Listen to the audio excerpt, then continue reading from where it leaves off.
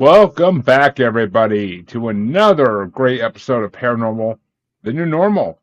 I'm your host, as always, Jeremy, here trying to make the world seem a little more normal. Do I ever succeed in this? Oh, God, no. God, no. But you know what? Tonight, I ain't going to succeed either, so don't hold me to it. But my guest tonight, I am very happy to say, is the return of Dean Graves. We've had him on before. We recorded the episode back in January, I believe, and I don't know exactly when it released, but it had to be somewhat in the last couple months. But Dean is the author of Chatting with the Arcturians, and he may have something more coming out too. We're going to find out. How you doing tonight, Dean?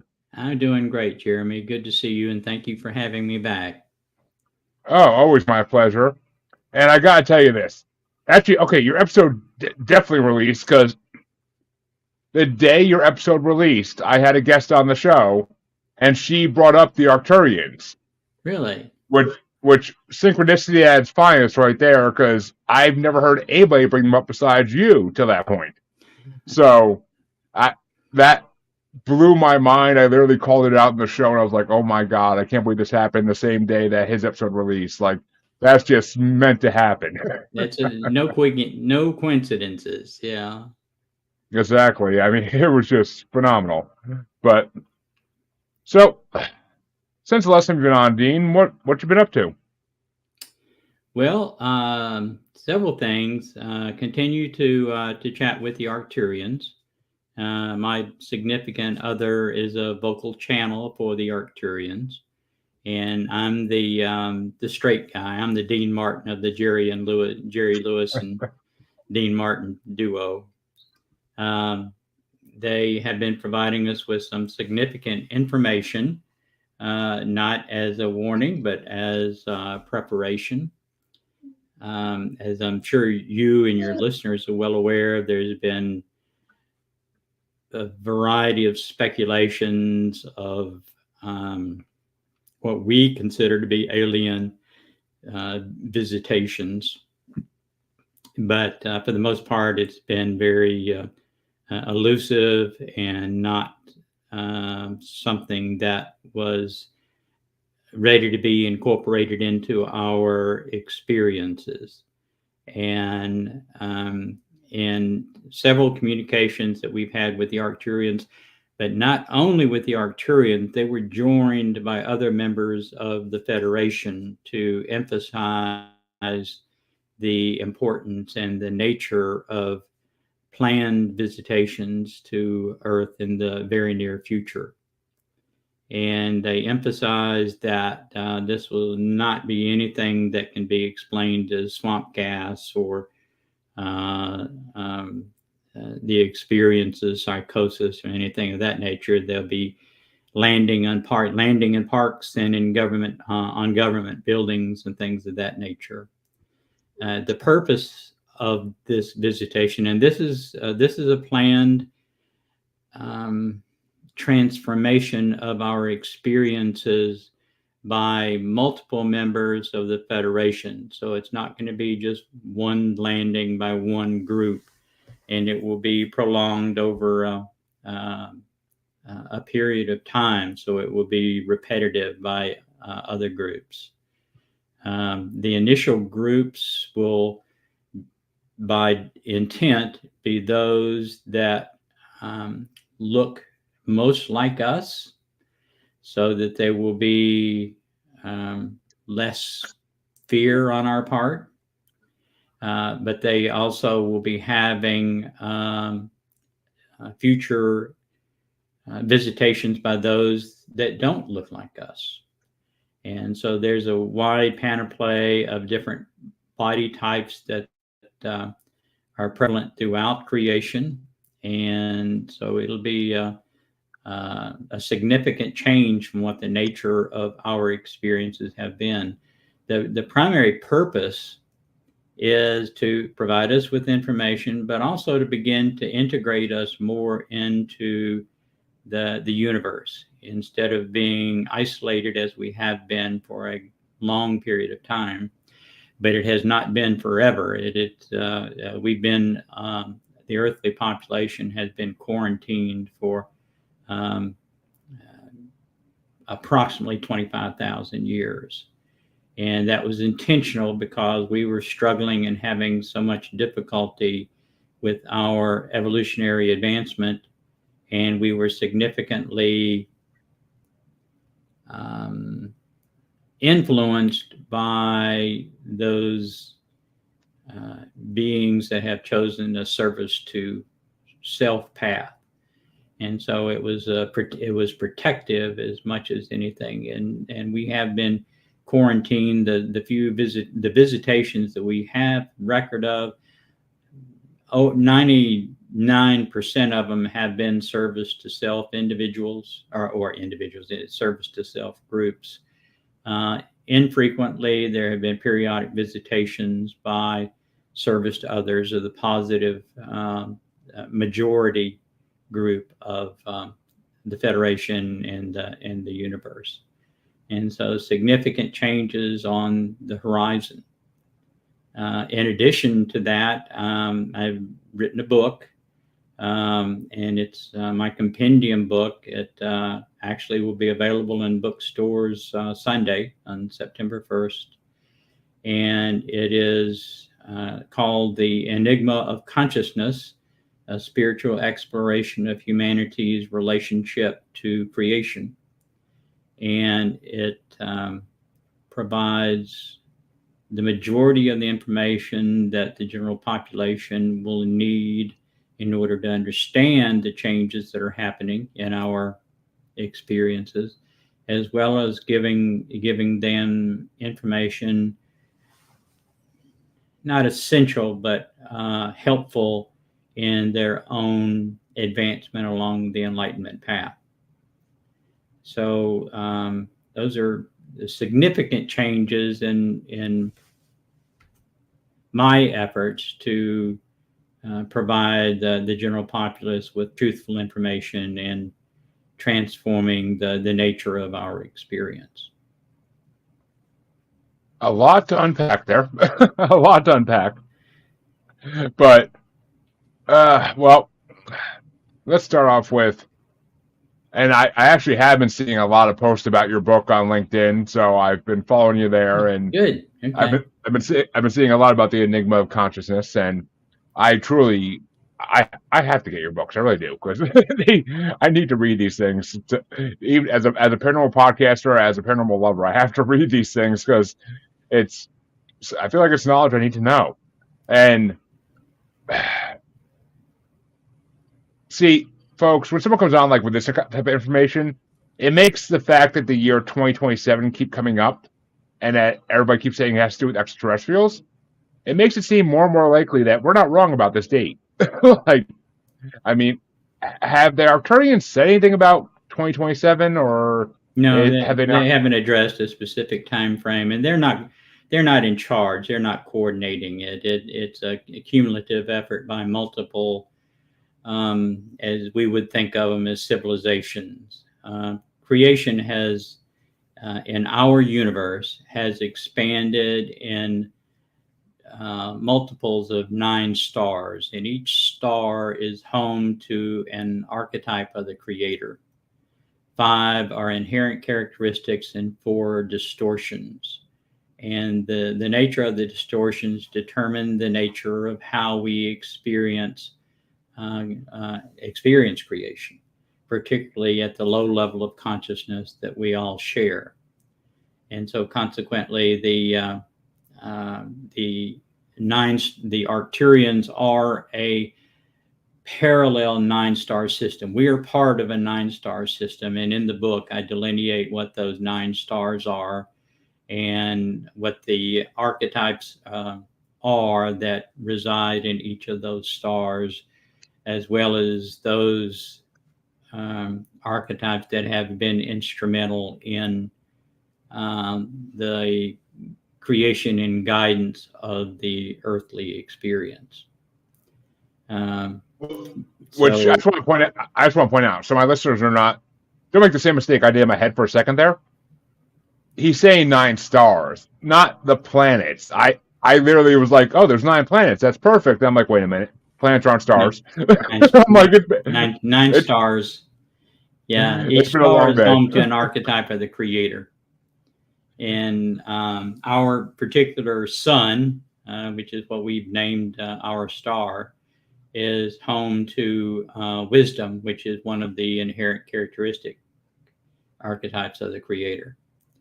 And they have been obviously instrumental, but also Sirius B is home to the aspect identified as love for our purposes, which is another inherent characteristic of the creator. And the majority of our creation and guidance has been provided by love and wisdom. But that's not to exclude the other archetypes. They are all participating in our experience, as they do with every experience. Hmm. And Harley, thank you for watching and sharing. And hey, Rena, glad to have you watching. But okay, for those who didn't hear the first episode, because I know we had this conversation a little bit in the first episode. When you say creator, you're not talking about any deity as we would call it from religions. We're talking about an extraterrestrial creator who helped humanity get off its stomach, basically. Well, more than that, creation is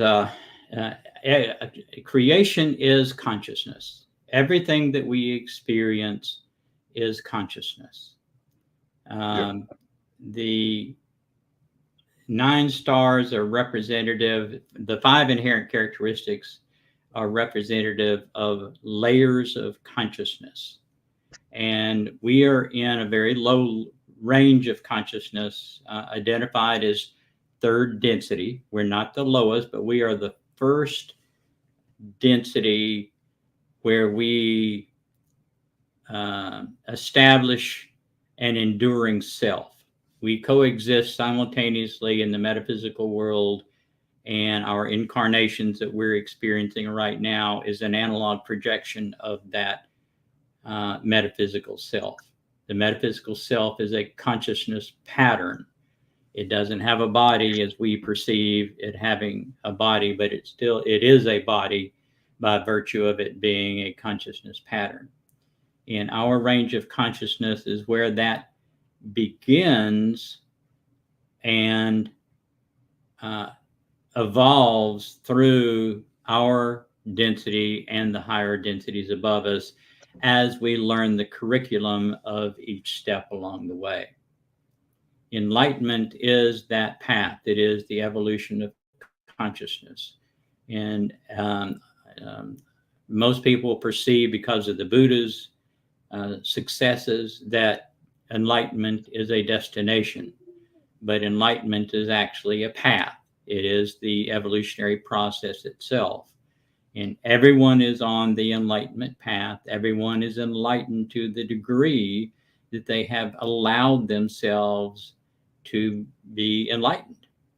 And so we will continue that. It is our metaphysical self, this consciousness pattern that is perpetually evolving.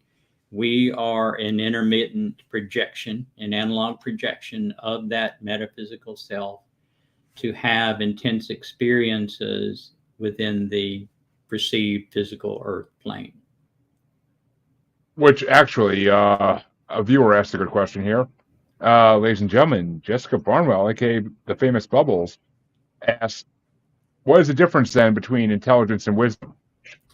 Well, wisdom is an inherent characteristic of the creator, and it is a condition of being, just like love is a condition of being. And it is not, love is not an emotion. Wisdom is likewise a condition of being. Intelligence is the combination of awareness and information. And it's more than that, but that's what they provided us with that we can understand. And intelligence becomes a variable as we choose our incarnations. the level of intelligence at beginning at our range of consciousness becomes a variable that also varies the nature of our experiences, but it's not limiting to our experiences. In other words, if we choose a lifetime in which we would have, relatively speaking, low intelligence by comparison to the others, then what we are actually doing is we are choosing to be a teacher to those around us that have what we would perceive to be a normal or higher intelligence.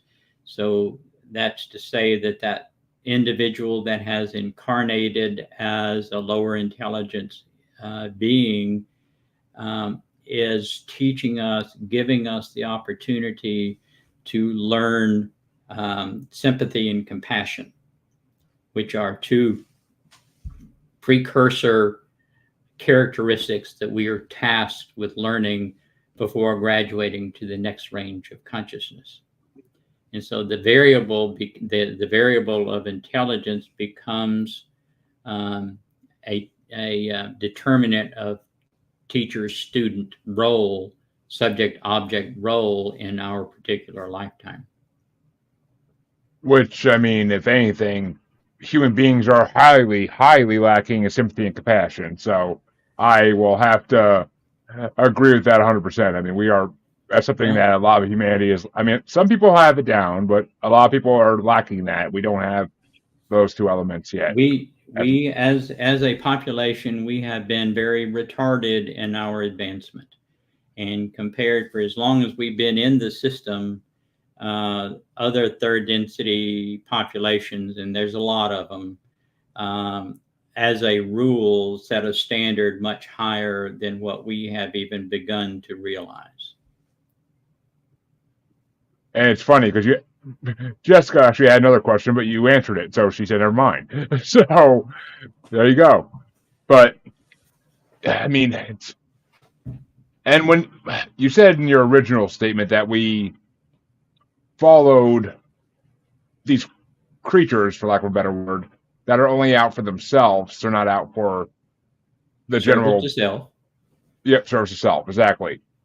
And I mean, I think we talked about this last time, but I'm assuming you mean the Greys and the Reptilians. Well, again, they are not a monolith.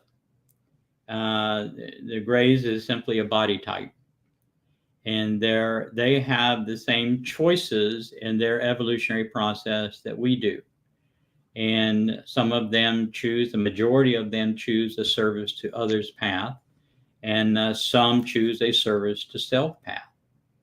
And so you can't look at extraterrestrials, as we would call them, as being a monolith, because they're not. It is their orientation within their evolutionary development. We have within our population, one of the primary things that we must choose as people going through the human experience is whether we're going to polarize service to self or service to others.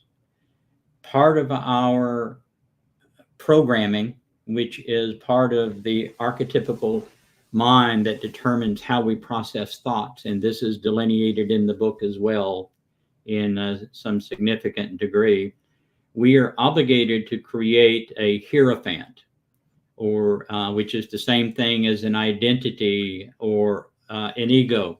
All three words mean the same thing. But we create this perception of self as a hierophant for the sole purpose of getting more of what we like. And the irony is that when we begin, we don't know what we like. And so we're experimenting. We learn by analogy. We learn by comparison and contrast. And so as we progress, as we evolve, then we begin to take charge of our evolutionary process or progression. And we are obligated to make a decision whether we're going to polarize service to others or service to self. if we choose, and the reason that that's important is that choice determines the rest of our evolutionary experience for possibly billions of years. But the service to others is the choice to work to unify with the Creator. And that is considered the direct path, because that is our ultimate conclusion of creation, is our reunification with the Creator. Those individuals choosing the service to self path are choosing to enhance this hierophant and try to make this hierophant authentic. And it's held in place primarily by, I would say, ignorance, but also fear. And there is approximately 10% of the universe, or more than universe, than creation's population is on that service to self path. 90% is on the service to others path. Both are valid as far as the Creator is concerned. Both are valid paths, but the service to self path is considered an indirect path, because you will go as far as you can go for potentially billions of years, and then you will hit a brick wall, because you can't reunify yourself with your perceived self with the Creator and be separate at the same time. And so you have to go back where you dropped out of school and redo all of that work, learning the path of reunification along the service to others path. But that notwithstanding, there's both paths are respected, because they're providing the Creator with the opportunity to fulfill the purpose of creation. Which makes sense in a way. I mean, it's kind of like, try to think of a good. I mean, it's kind of like having kids. Like, you could try to teach them. Having kids. I mean, you could try to teach them all you want to be a good person, but at the end of the day, they're going to make their own decisions when they get to a certain age, and you can try to influence it, but you're not going to be able to too much. I mean, you got to let them climb the tree and let them fall out of the tree, and you just hope that they don't hurt themselves too badly. Exactly. I mean, and all right, I'm gonna go up on a little bit of a wormhole here, but see, my theory on reincarnation, I don't know if we talked about this last time, I also don't remember, but my theory on reincarnation is that we basically go to a DMV in space, in the sky somewhere, another dimension, whatever you want to call it, and we wait for our ticket to be called. And either we're getting our plate stamped because we did what we were supposed to do, or we're getting told, no, you got to go take the test again, and we go back down to, well, most likely Earth, but I've been told that we could also go to other places as well. But I feel like this is, if we don't learn service to others and we just keep repeating the service to self path, you're going to keep getting told that you need to go take the test again, and you don't actually get your plate stamped until you do the service to other life fully. Incarnations are a feature of third density, the density that we experience, and it's because it's a very low density. It's an elementary beginning level of consciousness. The average human has incarnated over 3,000 times, some as many as 8,000. The reason that we incarnate is because this is a much more intense environment than we can experience in our consciousness pattern, in our metaphysical experience. But if you think of the metaphysical world as and the environments greater than that as a set of Russian nesting dolls, and they're, each is a layer within a layer within a layer, and we are the center of the or near the center of the Russian nesting dolls stack. And so before we're born, we are our metaphysical self. After we die, we return and reunify with our metaphysical self. We're never out of contact with our metaphysical self. As a matter of fact, the thoughts that we're processing right now, we are processing in our metaphysical experience, and the fruit of that thought is used to transform our incarnate self, and then we process the next thought. So every time we process a thought, our experience is transformed because we are transformed even on a very minute level. Which makes, I mean, yeah, which makes sense. That lines up with my thinking in a way. I mean, I'm not going to claim that I know how reincarnation works 100% because I've been told so many different theories on by people on this show that I kind of take what I feel is right from each one and kind of combine them. But I understand. because Well, what, if you imagine that we're on a sports team, okay, and all week long we practice and we watch game films, we get coaching, we work out, we try to get better. We look at game films from the last game to see what we did wrong, and we set a plan for this next game that we're going to do better. And then we incarnate, and the incarnation is the game. And so right now we're in the game. We're playing the game, but the hickey is that we have to forget everything that we knew before we incarnated. And so we have to delve deep within ourselves to find that plan and that coaching that we received while we were in between our incarnations. which I mean, it makes sense and kind of brings to my mind the images of that movie with Brendan Fraser, Monkey Bone, where when he goes to the afterlife and all they're doing up there is watching humans, and like it's basically their form of entertainment is that they're watching humans live Well, their yeah, I get lives. it. And My higher self laughs at me all the time, so I know that we're entertaining to them, but that's not their primary activity. I mean, I feel like nowadays with I feel like nowadays with all this social media, such as Facebook Reels and YouTube, we're basically getting ready. We're basically just preparing ourselves for that in the afterlife anyway. So it's already what we're forced to do now. So I mean, it's just. So I gotta ask, because I mean the world's in horrible condition right now. The other side of the world has wars starting left and right. Mhm. America is on the precipice of something really of a decision that's going to change us for the next 4 years or longer. And I mean, what are the Arcturians saying about how Earth is running right now? Well, for several years, significant effort has been exerted in order to intensify the nature of our experiences so that we will be compelled to make this choice of whether we're going to polarize service to self or service to others. And on top of that, we are in the process of splitting. And by that, I mean dimensionally, the majority of the children that have been born since the 2005, 2006, around in there, some before and a lot since then, are fourth density. They're higher consciousness than we are. And the split is going to be those that are still learning the third density curriculum will continue on in a third density experience, which will be a parallel experience to fourth density. And these children and those few number of us that are ready to graduate to fourth density will go with the fourth density population.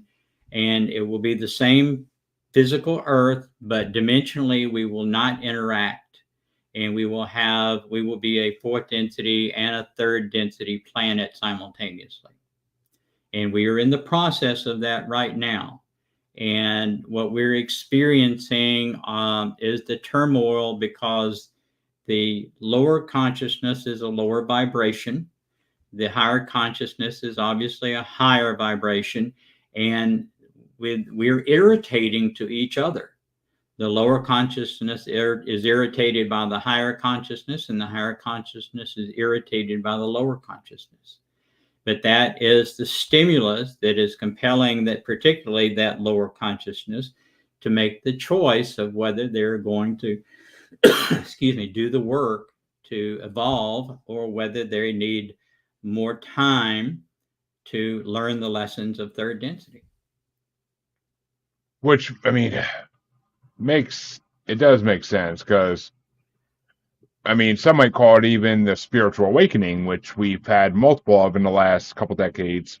And you're right; I mean, they're younger than me even. I mean, I was graduating high school in 2006, so these are the generation below me for sure. Yeah. If not two generations below me even. But the fact is that I see more and more of these age range of people that are coming to my show even that are they have awakened their spiritual selves. They have figured out their ability, what they can do, and they are using it to their full potential. And that's what they do for a living. A lot of them, and something like that. When I was in college, and if I ever thought I could do something like that and actually make a living off it, I would have stopped paying the damn college right then and went and did it. Like it's just Well, when I was younger, it wasn't a possibility. I mean, I'm sure you feel the same way. It wasn't a possibility when you were younger. When we were younger, like it was no, just certainly. I it, mean, when I was, young, it wasn't even a thought, wasn't even an option. But you can look at YouTube and look at the children that 3 and 4 years old, just hearing a Mozart piece and then sitting down and playing it, and they think everybody can do that, so they're not amazed by it at all. We're amazed by it, but that's just the nature of that higher intelligence, higher consciousness. Higher intelligence is automatic with higher consciousness, and so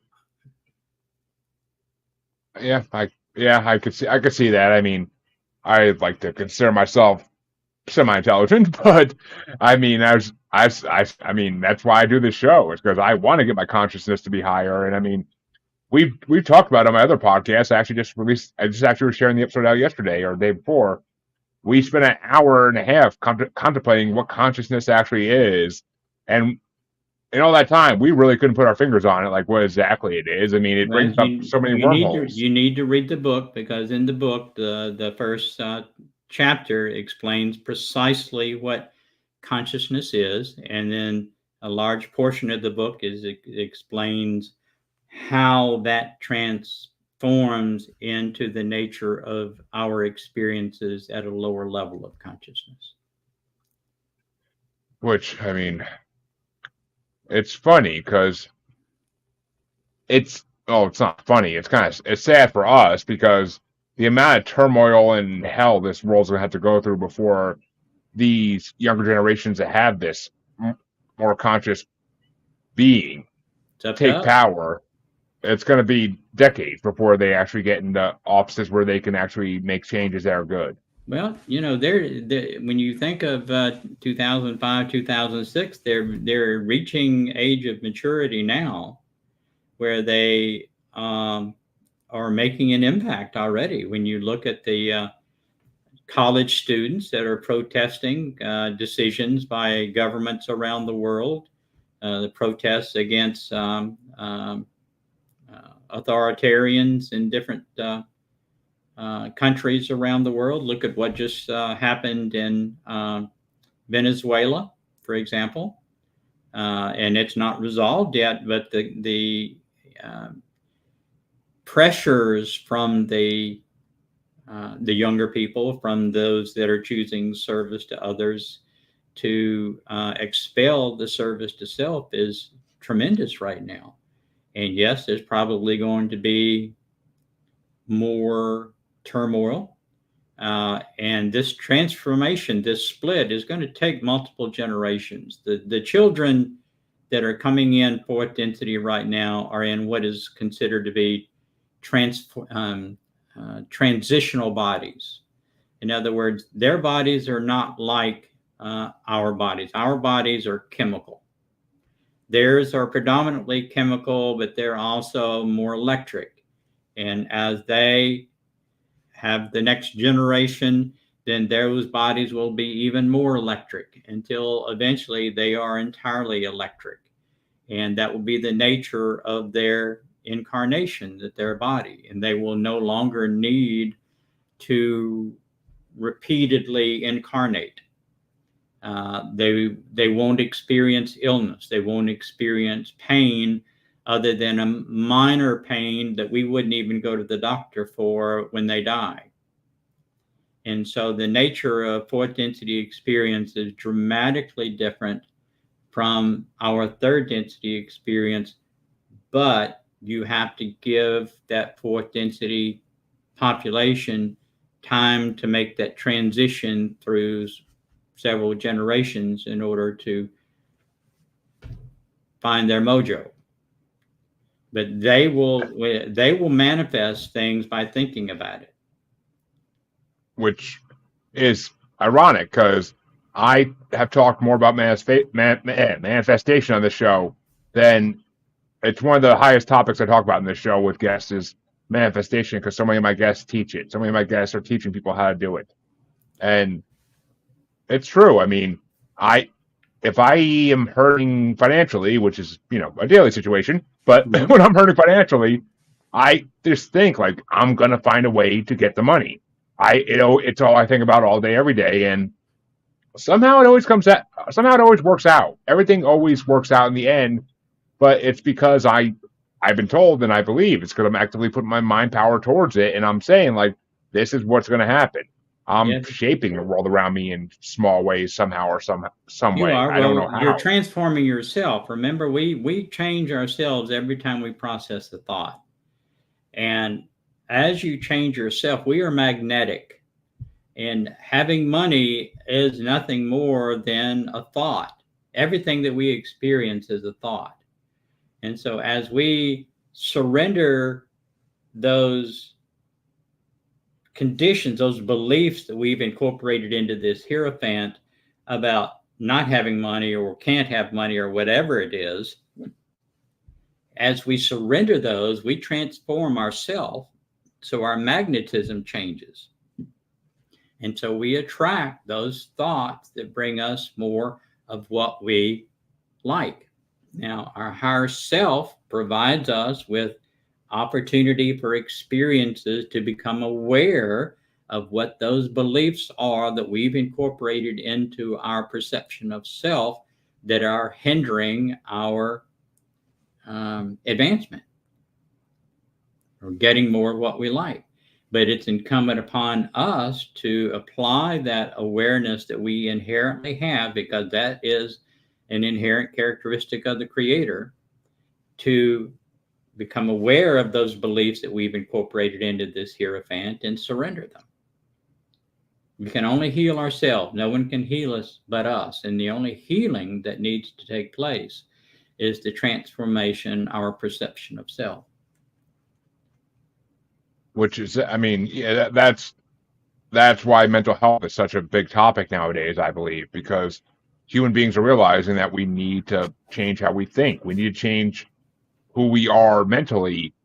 We can't we can't let depression and anxiety and all these other mental illnesses get the best of us anymore. Well, we have to. What is a mind? We're a mind, body, spirit, but what is a mind? I can't say that's a definition I really feel comfortable giving an answer to even. I mean, okay, well, we don't know. Neither does psychology or psychiatry. Yep. They have no answer for it. A mind is nothing more than a bundle of thoughts. A bundle of beliefs. That's all a mind is. It becomes our lens that we use to interpret thoughts, which are our experiences. It is our spirit that is the actual experiencer.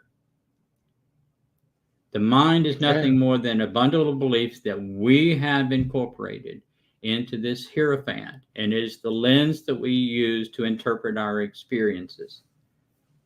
And so if we have a distorted lens, then we are going to have a distorted experience. If we can clear that lens, and that is the evolutionary process to dissolve these beliefs that have formed this hierophant. It's the same process in higher dimensions as well. I mean, yeah, it's true. I mean, I guess that really is all our mind is. I mean, it's how we're brought up. It's how we see the world. Every experience changes your beliefs. And I mean, it's funny because I just saw the movie Inside Out 2 with my kids, and it's amazing how Disney is able to actually put that together where that's how our minds work, is all Mhm. these different emotions controlling us. And I mean, and I like the second one actually, because it actually proves that you can't let anxiety control you. Like, it's the point of the movie. Sorry for any spoilers for anybody who hasn't seen it yet, but it's a damn Disney movie. Get over it. But it's interesting. It really freaking is. And I mean, I see. I was always brought up with the belief that, going back to the financial thing, is that you work your whole life to basically try to survive. Like, that's how I watched my parents do it. And where And then did that come from? Would that be a service to others' thought, or would be that a service to self thought?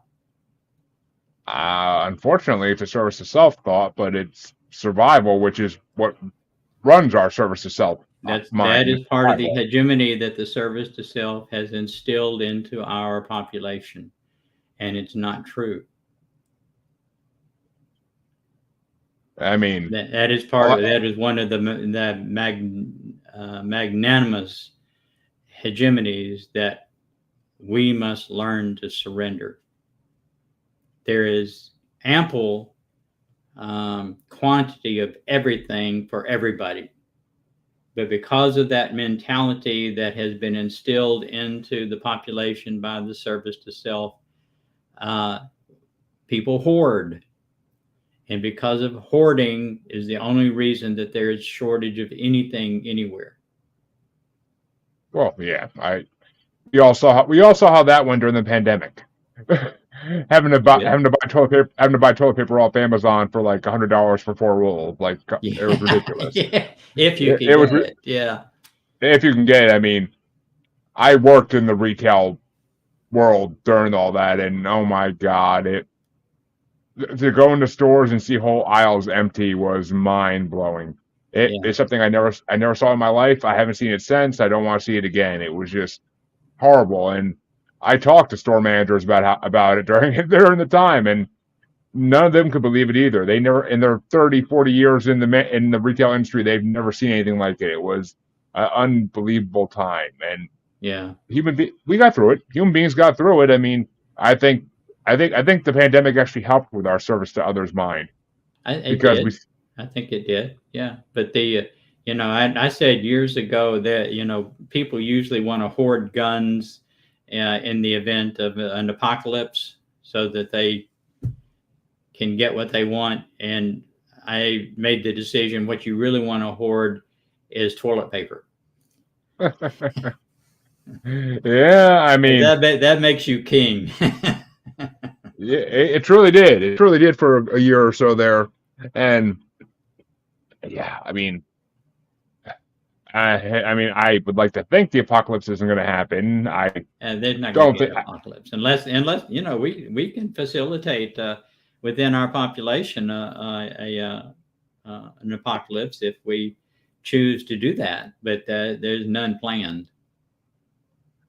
Yeah, I mean, if we did ever do it, it would just be service to self getting such a run from people in control that no one could stop it. I mean, well, there are 16 civilizations, small and large, that have been combined on Earth. In other words, Earth is a second chance planet. We're all going through reform school because we haven't graduated in previous third density experiences. But the population that originated we first originated our experience on Venus, which used to be called Zenoa.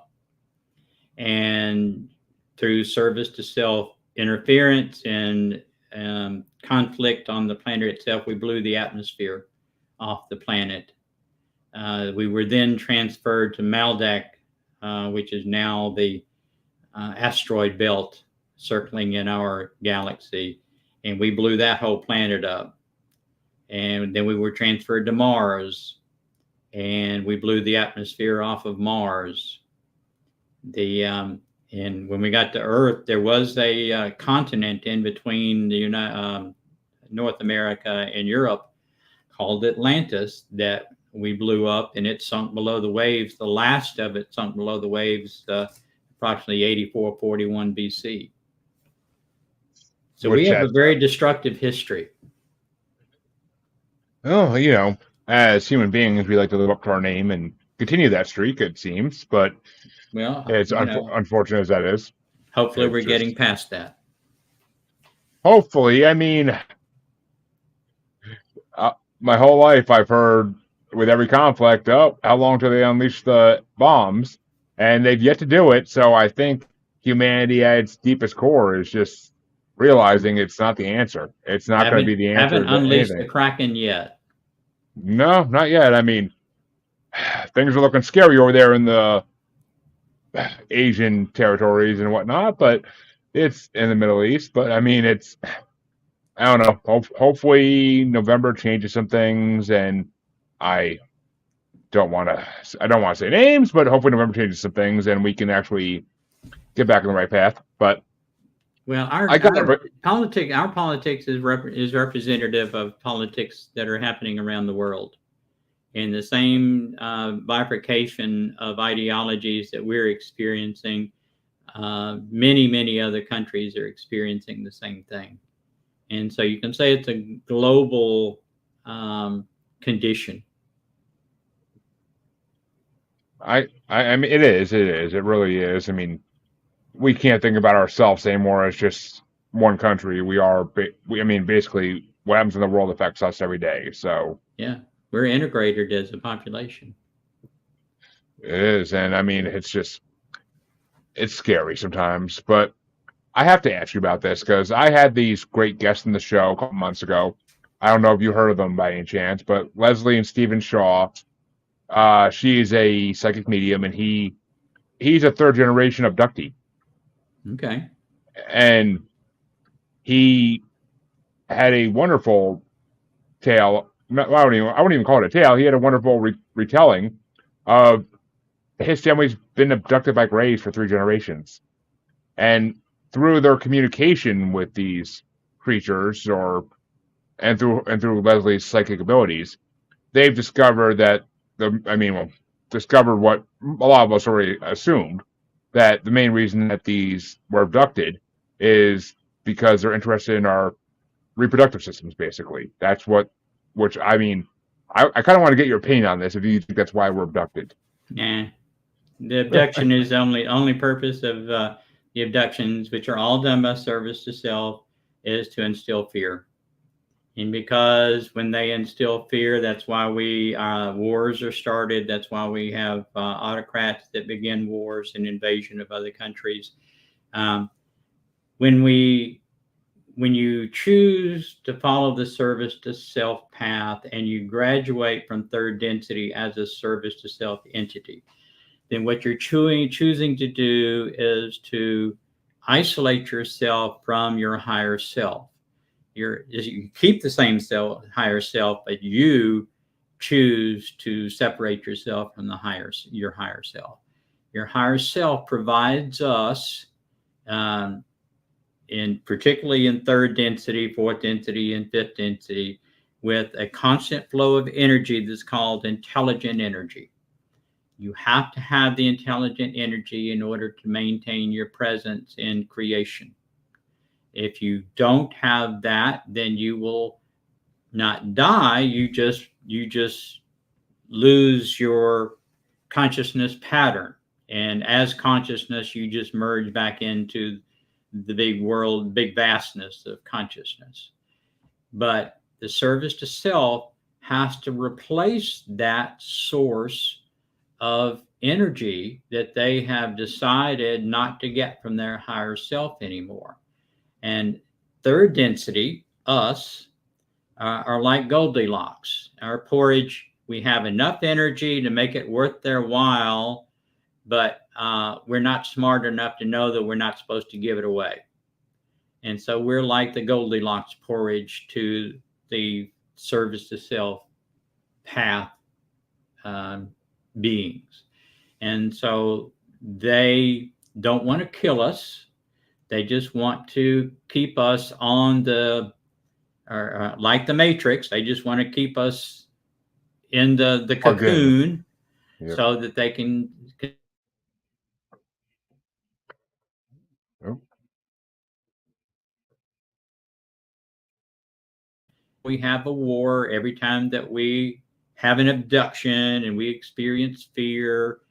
Every time that we show fear, that radiates this. We give up this energy, and so they constantly, and they, in order to keep us in a position to continue to be a source of energy for them, they have to dominate and subjugate us. And what we were talking about before with this ideology that we have to work hard, that we're essentially a slave to debt and all those things that everybody deals with every day, those are all just contrivances to keep us doing the same thing, not becoming aware of who we are and what our purpose is or anything like that. Don't want us to wake up and do anything like that, because that would cause us to evolve. And as we evolve, we become more aware, and we quit radiating this energy because we're stuck in a constant state of anxiety and fear. which, folks, if you want to see a good example of a service to self being, watch Resident Alien. I swear to God, it's right on cue with what these Yeah, type of creatures are. it is a very good. You can just compare the political parties in That this too. country and make your assessment from the standpoint of who is service to self and who is service to others. Exactly. I mean, it's true. You can look at it that way.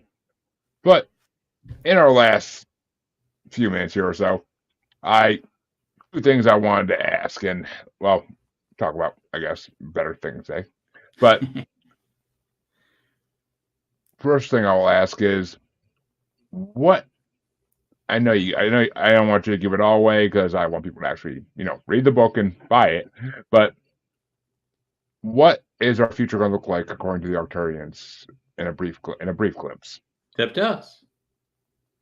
They don't predict the future. The probability is almost guaranteed that the population is going to split, and they are going to become parallel populations that don't interact. But the nature of the experience will be determined by the population itself. And that's true for the fourth density population and the third density population. We have absolutely free will to choose. But when you say the population's going to split, like an actual like West Germany, East Germany type of split, or Now like more of a you're thinking of things in terms of physicality, and the populations are going to split, and perceivably the Earth is going to be the same to each population, but they will be separate planets on different vibrations. But they will appear the third density population, the planet will appear to be the same. The fourth density population, the planet will begin to heal significantly because of the nature, the higher vibration of the planet itself. But from anybody occupying the planet, that's not going to be discernible that there has been any sort of split, because their vibration will be only able to recognize the planet that is corresponding to their vibration.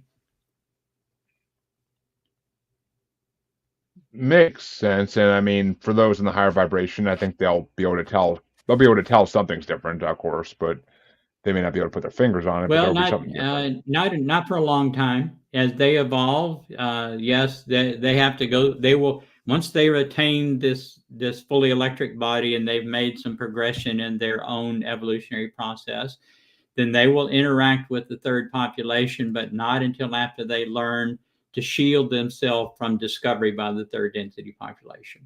The fourth density beings interact with us all the time. They're around us, they're watching us, they're observing us, they're taking notes, probably taking selfies to send back home. I don't know. But Now, yeah, they interact with us all the time. I gotta ask this. It just kind of came to me in that thought, but I gotta ask this. Do you believe that Bigfoot and other similar cryptids might be fourth dimensional beings?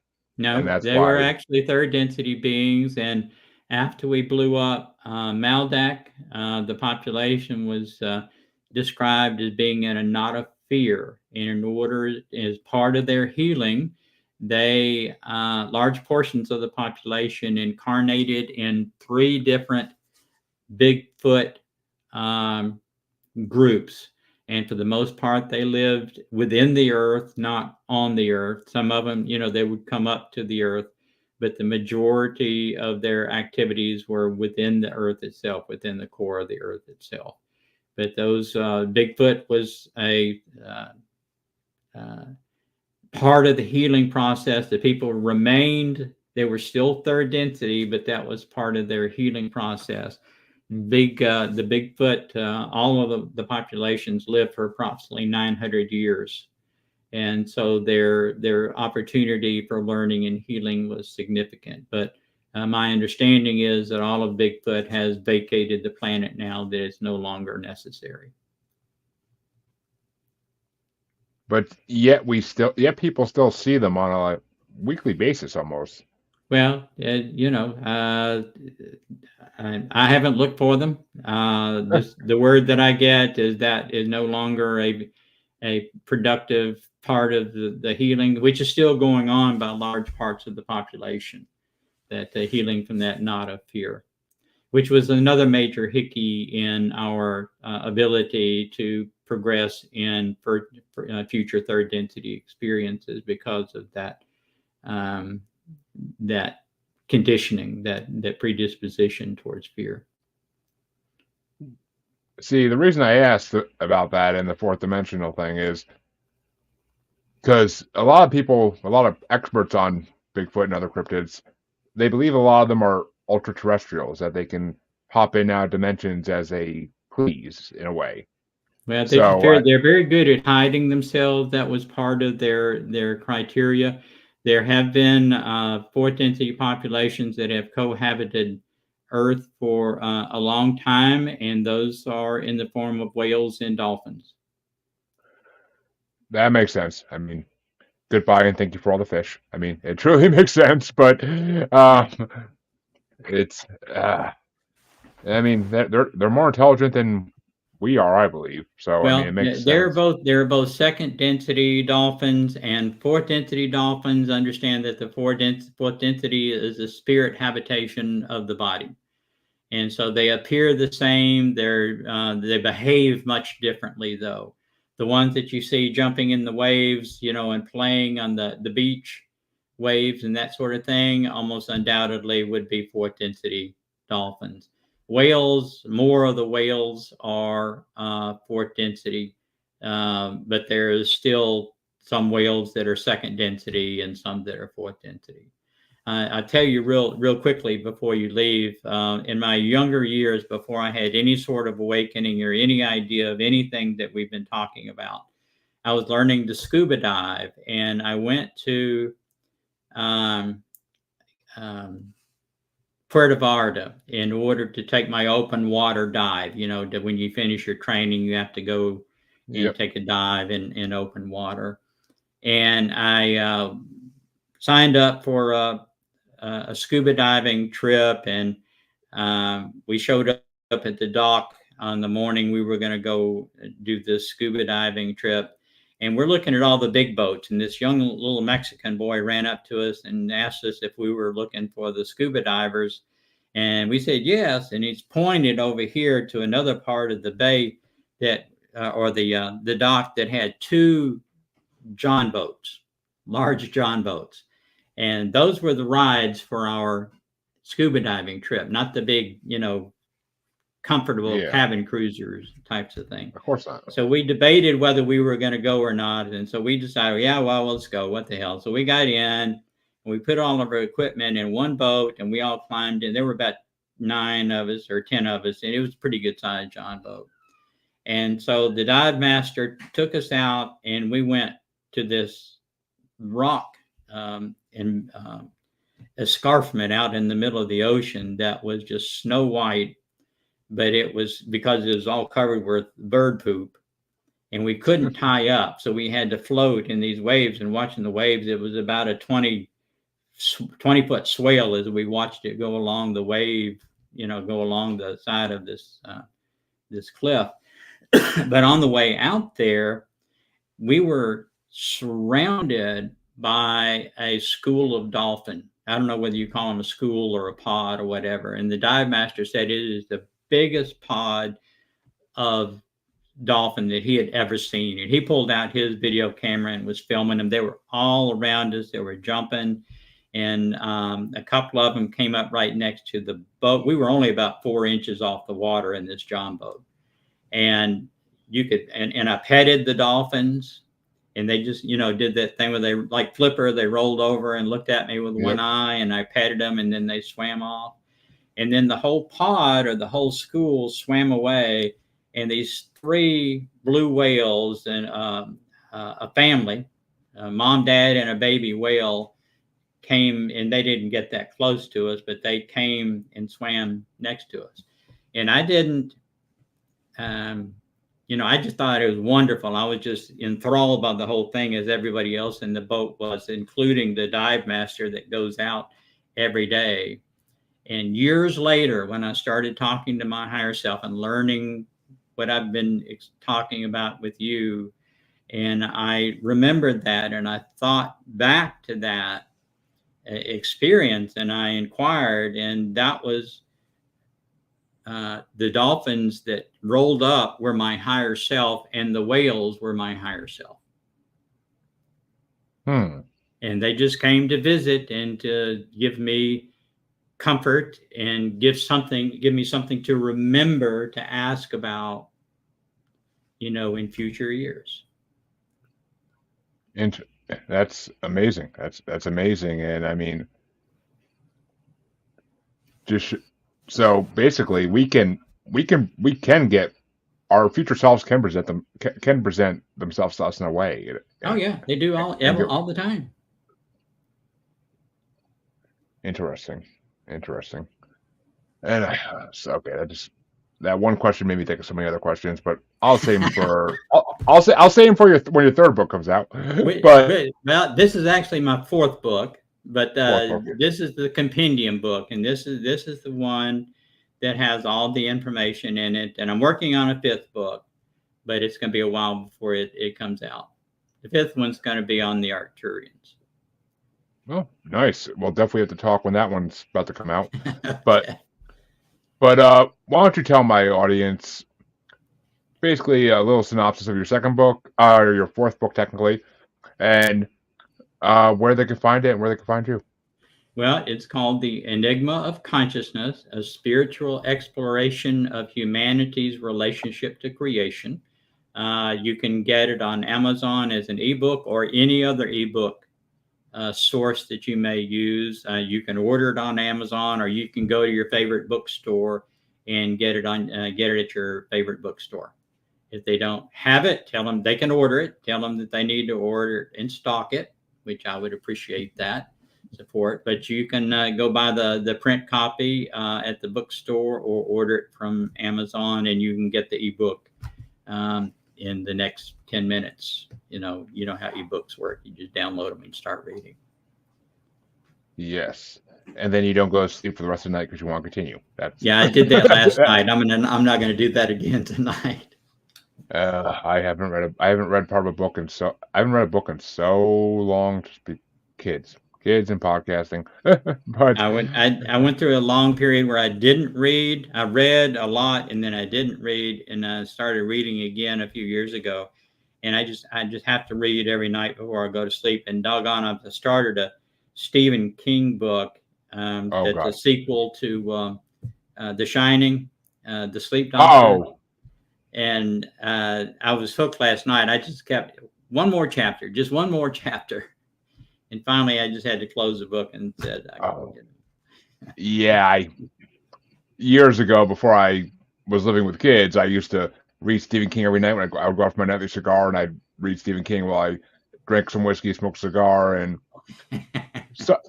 certain books I'd finally get to the point where I'm tired enough where I'm all right, I want to go inside. Cigar would be out for a freaking while, and I'd look at the clock. I'd be like, I've been outside for 3 hours. What? Yeah. Like, Yeah. Well, they're Steve, great stories, and you get into the story and you just identify with the people so much that you don't want to leave them. You want to find out what cliffhanger he's exactly. gotten them into next. Exactly. Especially when you get to like actually the good part, like past all the 10 chapter intro of the town and the people. Yeah. Like when you actually get to the good part, it's like forget about it. Like That's it's where I like was last night. So ah I get that. Well, folks, please go check out The Enigma of Consciousness. Go check out Chatting with the Arcturians if you haven't. And if you want to hear Dean's first appearance on this show, he actually said a good 10-15 minutes ago. So the episode is called Earth is a Second Chance Planet. As soon as you said that, I clicked in my head. I'm like, oh yeah, that's the name of the first episode. yeah. But, so go check it out, folks. I mean, our first conversation was just as enlightening as this one and just as entertaining. So please go check it out. It was a fun convo. And you all know where you could find me by now. If you don't, God, shame. But check the outro, listeners. It's there as always if you're new. And go back about 200 something episodes and listen. But other than that, I want to thank Dean for coming on because it's always a pleasure to talk to him. And I look forward to his 5th book coming out so I can have him on again. I'm about to write down some of these damn questions I have in my head. But, well, thank you all. And I will be back tomorrow with another interview as soon as the guest confirms. But have a good one, and I will see you again. Thank you, Jeremy.